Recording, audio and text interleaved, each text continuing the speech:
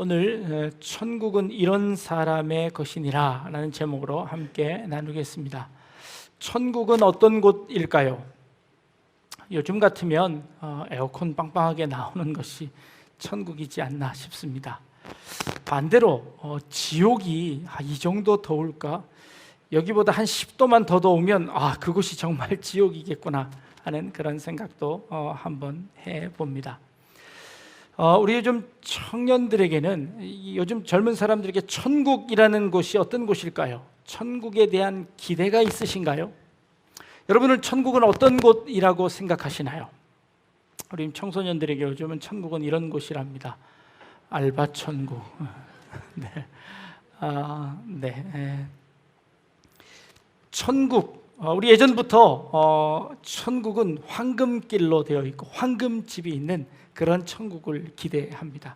뭐든지 다 황금으로 되어 있는 그런 아름다운 곳이다 라고 여겨집니다. 한번 상상을 해봤습니다. 모든 것이 다 황금으로 되어 있으면 정말 아름다울까요?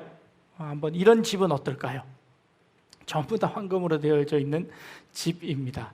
이 중국도 아니고 이게 전부 다 메이드 인 차이나 아닐까요? 이게 트럼프의 집이랍니다. 네, 황금으로 다 되어 있으면 좋을까요? 천국이 이런 곳은 아닐 겁니다. 그렇지요?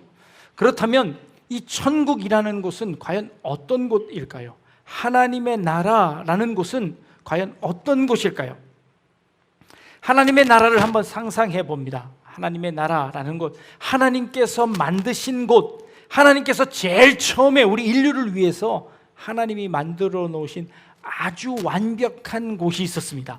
그것은 어디지요? 우리가 아는 것처럼 에덴 동산입니다. 에덴의 동산을 창설하시고 거기에 아주 사시사철 나는 나무들을 통해서 아담과 하와가 그곳에서 아주 편히 쉴 수 있는 아주 그런 좋은 곳을 하나님께서 만들어 주셨습니다. 그 에덴 동산은 어디에 있었을까요? 지금 우리가 살고 있는 이 지구상에 있었을까요? 아니면 저 위에 있었을까요?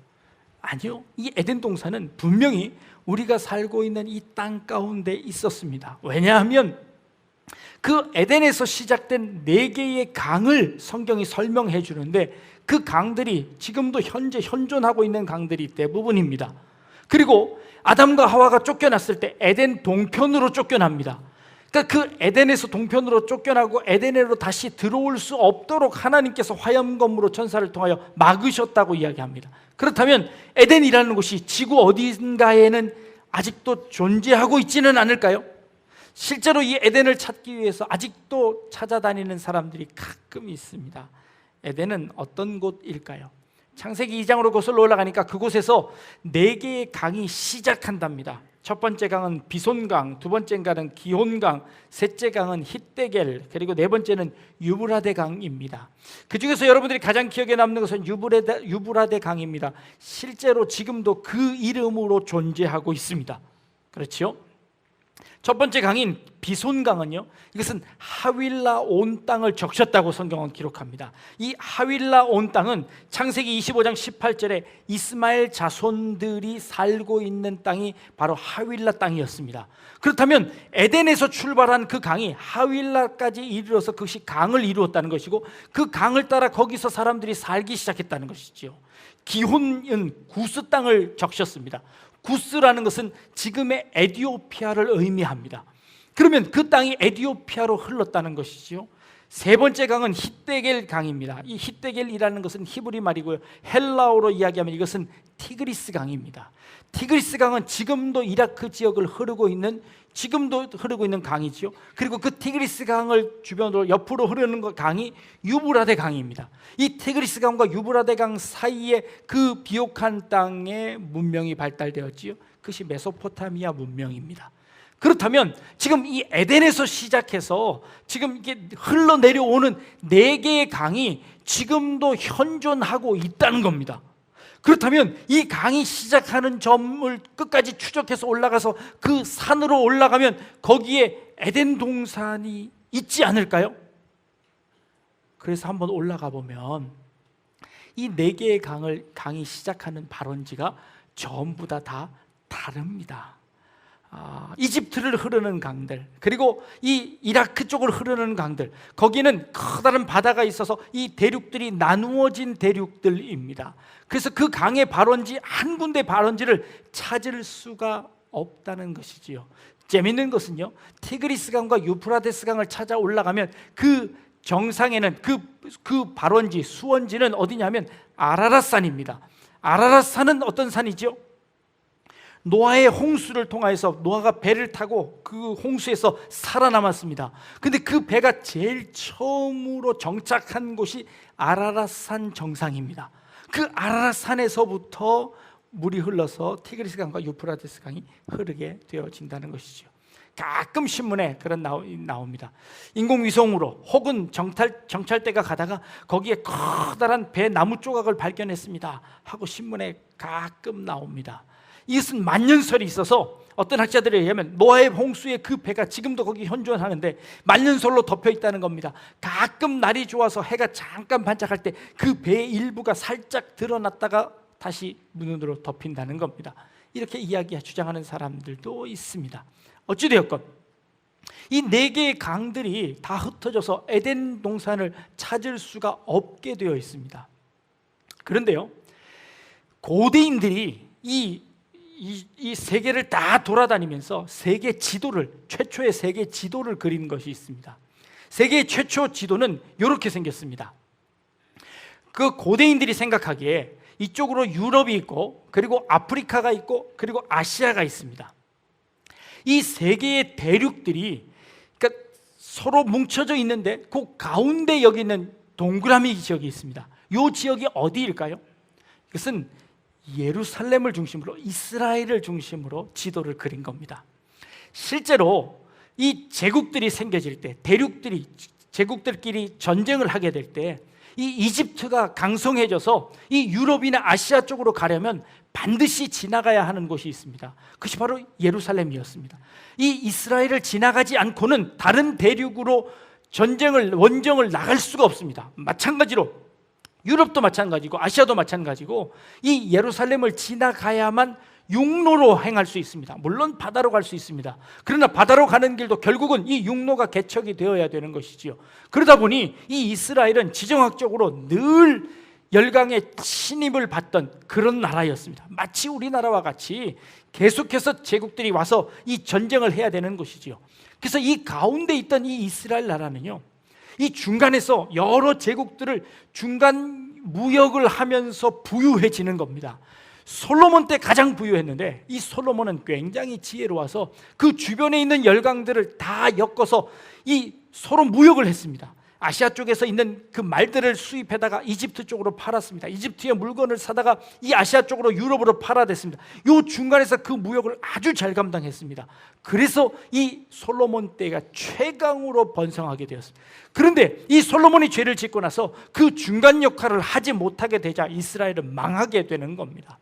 하나님께서 이스라엘을 복의 근원이 되게 해주시겠다고 약속하셨습니다. 복의 근원이라는 것이 뭘까요?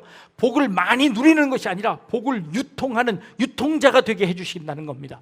그 위치에서, 지정학적인 위치에서 복을 나누어 줄 수 있는 그런 나라로 만들겠다고 하신 것이지요. 그런데 더 재밌는 것은요, 대륙이동설이라는 것을 들어보셨나요? 원래 이 5대양 6대주는 원래 땅이 하나로 뭉쳐져 있었답니다. 그런데 지각 변동을 일으키면서 이 대륙들이 점차 이 간격이 벌어지게 되었다는 것이죠.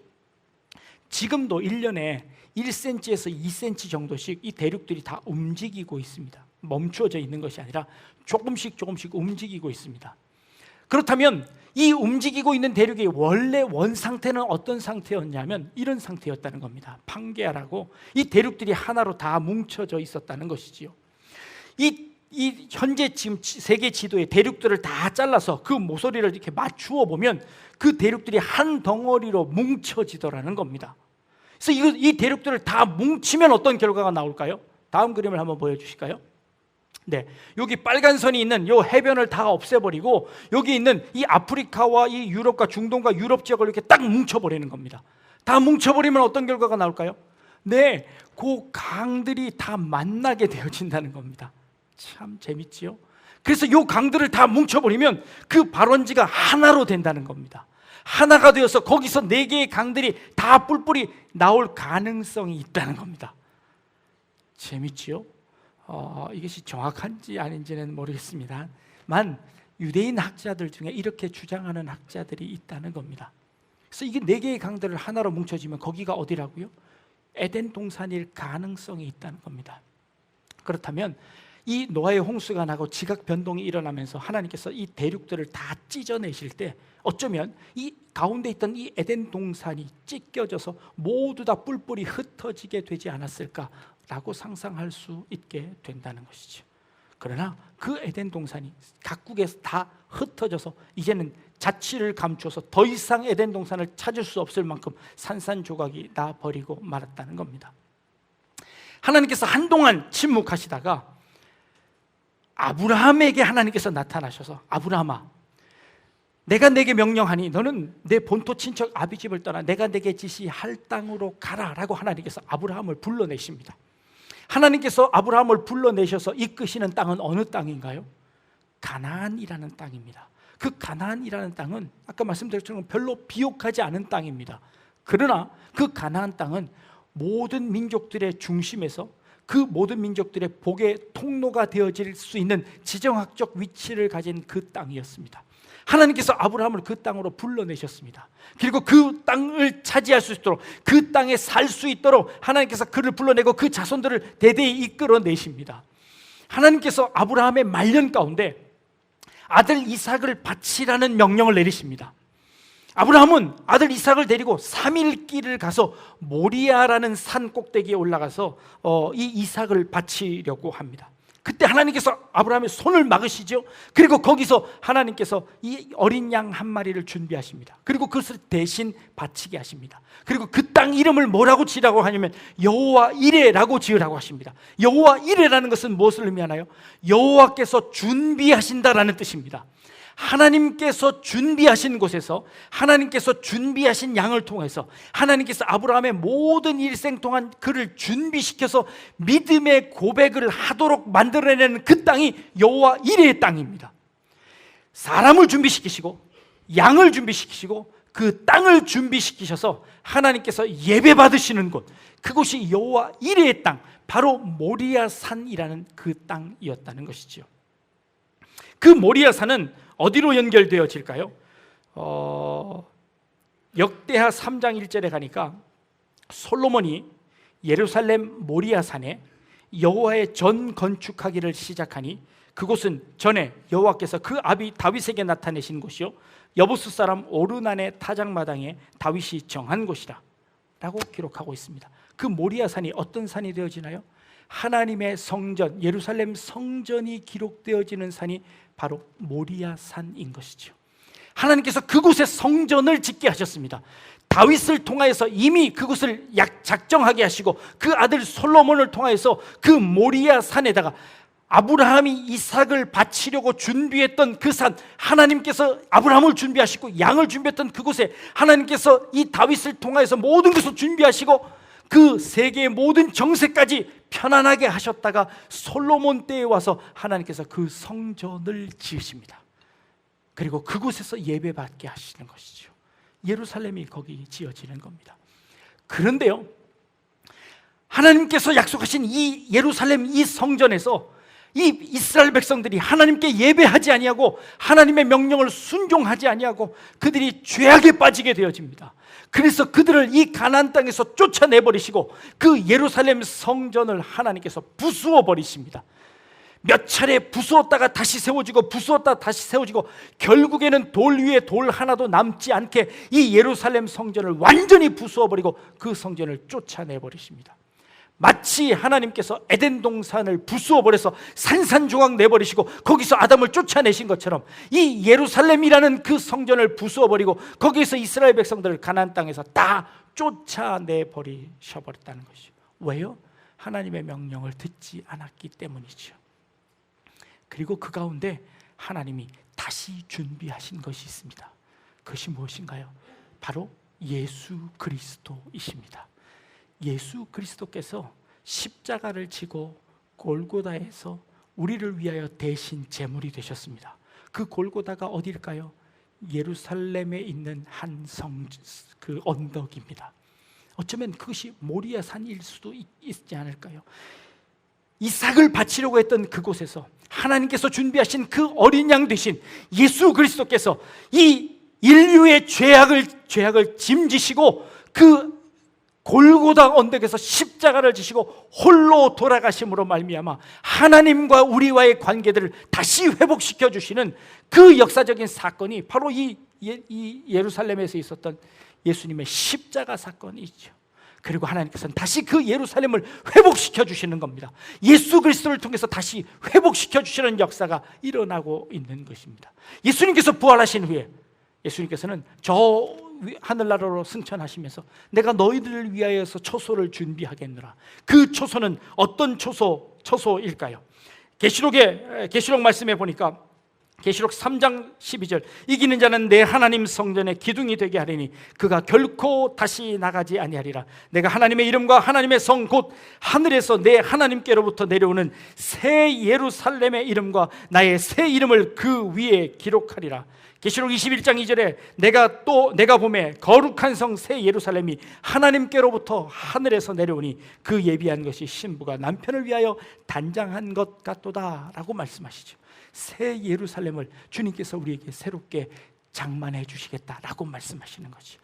결국 이 에덴 동산으로부터 출발되어져서 하나님께서 우리에게 준비하시는 하나님의 성, 하나님의 나라, 새 예루살렘, 새 하늘과 새 땅이라는 것이 바로 하나님의 나라인 것이지요. 그 하나님의 나라라는 것은 이 온 우주를 창조하시는 그 순간부터 우리 인류들과 하나님이 함께 동거하고 함께 살아갈 그 새 하늘과 새 땅을 지금까지 준비하시고 그 땅을 우리에게 주시겠다고 약속하셨습니다. 우리가 갈 나라, 우리가 새롭게 가게 될 그 천국이라는 것은 하나님과 동행하는 하나님이 미리 준비하신 바로 그 땅이라는 것이죠. 이것이 바로 하나님의 나라라는 것입니다. 그런데 그 하나님의 나라를 지금 누구에게 주겠다고 말씀하시는가? 천국은 이런 사람의 것이니라 라고 말씀하고 계십니다. 이런 사람은 여기서 누구일까요? 어린 아이들입니다. 하나님께서 그 인류 최초부터 준비시켜서 지금까지 마련하신 그 하나님의 나라에 누가 들어가냐면 어린 아이가 들어간답니다. 도대체 어린 아이가 들어간다는 이 말은 도대체 어떤 뜻일까요?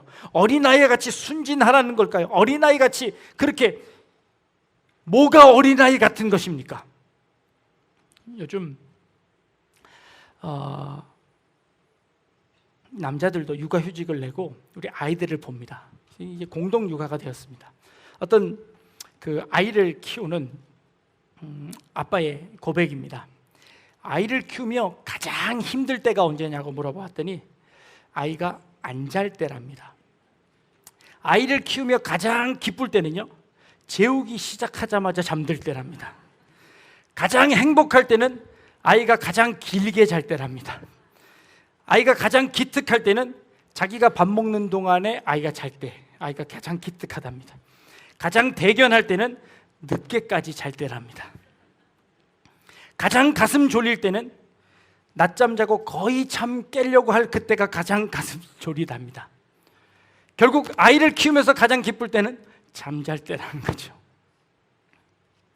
아이를 키우는 거 쉽지 않지요. 이 아이 같지 않으면 천국에 갈 수 없다는 것은 무엇을 의미할까요? 아이는 이렇게 부모가 케어하지 않으면, 부모가 돌보지 않으면 아무것도 할 수 없는 것이 아이입니다. 아이는 부모가 돌보아 주지 않으면 한순간도 살아갈 수 없는 것이 아이입니다. 아이는 모든 것을 부모에게 맡기고 부모에 의지해서 살아갑니다. 그 아이들이 예수님께 달려옵니다. 그런데 제자들이 그 아이들이 달려오는 것을 막습니다. 그리고 예수님께 오지 못하도록 막습니다. 그리고는 예수님에게 혼이 나는 것이죠. 이 제자들이 예수님께 오지 못하도록 막은 이유는 뭘까요? 예수님께 오면 번잡스럽습니다. 예수님이 뭔가를 해 주셔야 합니다. 아니, 지금 예수님은 그럴 시간이 없습니다. 우리는 예수님을 위해서 큰 일을 해야 합니다. 내가 예수님을 보호하고 예수님을 지키고 내가 예수님을 위해서 이런 일들을 합니다 하고 예수님을 지키며 예수님을 위해서 큰 일을 한다고 생각했습니다. 아니 너희들이 천국의 주인이 아니라 아무것도 할 수 없는 이 어린아이가 천국의 주인이다 라고 지금 예수님께서 말씀하시는 겁니다. 천국이라는 것은 오로지 하나님의 은혜로만 가능한 것, 하나님께서 준비하셨고 하나님께서 아브라함을 훈련시키셔서 결국에 믿음의 사람으로 고백하도록 하나님께서 일생 동안 만들어내시고 온 인류들이 다 죄를 짓고 아무도 들어올 수 없는 그때 예수 그리스도가 십자가를 지시고 죽으심으로 말미암아 구원해낸 것, 그래서 우리는 구원을 위해서 아무것도 할 수 없는 그런 사람임을 고백하는 사람, 마치 어린아이들처럼 나는 아무것도 할 수 없으니 내게 도움을 주셔야 합니다 라고 고백하는 그런 어린아이와 같은 자가 아니면 천국에 들어갈 수 없다라고 말씀하시는 겁니다. 출애굽 역사에서 신명기서에 보면 이 모세가 이스라엘 백성들을 이끌고 나와 그 광야에서부터 헤매는 모든 과정들을 요약해 놓은 것이 신명기서입니다.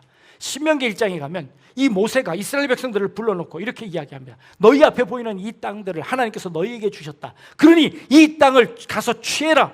하나님께서 우리에게 주신 축복이다 하고 이스라엘 백성들이 탁 가서 그 가나안 땅을 보고 이게 하나님이 우리에게 주신 축복이라고 이야기합니다. 그런데 신명기를 마지막 마치는 29장 30장에 가보면 모세가 죽기 전에 이렇게 예언합니다. 하나님께서 이 성을 우리에게 다 주셨지만 그러나 너희는 그 성에 들어가자마자 분명히 실패하고 좌절해서 그 성에서 쫓겨날 것이다 라고 저주를 합니다. 아니 하나님께서 주시겠다고 해놓고 또 모세를 통해서 그 성을 빼앗길 것이다, 저주할 것이다. 그런데 마지막에 또 뭐라고 설명하시냐면 그러나 하나님께서 너희를 다시 불러서 그 성 가운데 들이실 것이다 라고 말씀하십니다. 이게 출애굽의 역사입니다. 이게 이스라엘의 역사입니다. 이것이 예루살렘의 역사입니다. 하나님께서 만드신 그 하나님 나라의 역사입니다. 하나님께서 준비하셨지만 인간은 늘 죄악으로 말미암아 모든 것들을 다 배척해버렸습니다. 모든 것들을 다 거절했습니다. 그리고 그 모든 것들을 죄악으로 다 잃어버렸습니다. 그 잃어버려서 이제 자기 힘으로 아무것도 할 수 없는 그 인간을 하나님께서 다시 찾아오셔서 그들을 불러내셔서 하나님의 땅으로 다시 인도해 드리는 것, 이것이 구원입니다.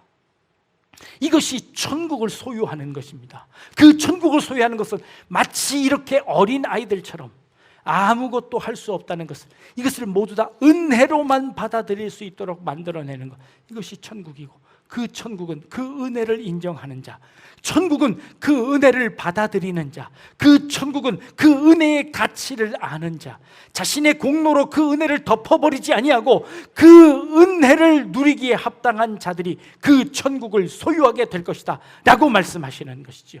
그것이 오늘 이 예수님께서 천국은 이런 사람의 것이다 라고 말씀하시는 그 의미라는 것이죠. 우리는 전에 이혼에 대해서 살펴보았습니다. 그리고 형제가 범죄하는 것에 대해서 살펴보았습니다. 우리가 이혼하는 것은, 이혼을 허락하신 것은 우리의 죄 때문이고 우리의 죄악 때문에 어쩔 수 없이 하나님께서 허락하신 방편인데, 그 허락하신 방편을 우리가 이용해서 그것을 통해서 또 더 죄를 짓는 모습을 바라보며 애타하시며 그것은 너희 죄악 때문에 허락한 것이지 그것이 법이 아니다 라고 말씀해 주시는 것처럼 우리 인간들의 죄악을 그렇게 드러내고 계십니다. 너희들은 어린아이처럼 늘 하나님의 은혜가 없으면 살아갈 수 없는 존재라는 것을 우리에게 각인시키시고 있습니다. 그러기에 우리는 한순간도 주님의 은혜가 아니면 살아갈 수 없는 그런 사람임을 고백하는 것, 이런 어린아이와 같이 이 고백을 할 수 있는 자만이 천국의 주인이 될 수 있다라고 말씀하시는 것이죠. 이 자리에 참석하신 우리 약대중앙교회 모든 성도님들, 이 하나님의 은혜를 누릴 수 있는 여러분들 되어지기를 원합니다.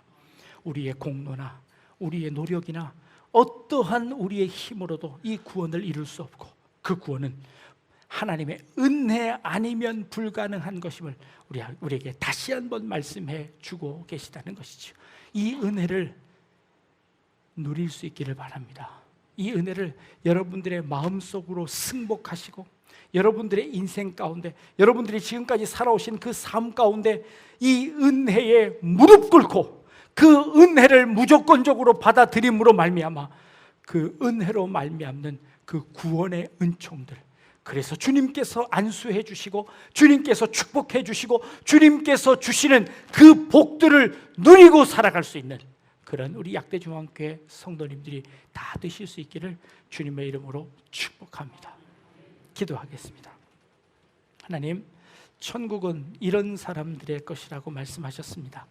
어린아이들처럼 아무것도 할 수 없는 그런 저희들이지만, 그러나 이 온 우주가 시작되면서부터 주님께서 준비하셨고 주님과 함께 지내며 주님과 함께 누리게 될 그 하나님의 나라의 그 축복을 저희가 은혜로 받아들이고 그 은혜를 누릴 수 있는 저희들의 삶이 되어질 수 있도록 인도하여 주시며, 은혜 아니면 한순간도 살아갈 수 없음을 늘 고백하고 그 은혜를 의지하여 살아가는 저희들의 삶이 되게 하여 주옵소서. 감사드리며 예수님의 이름으로 기도합니다. 아멘.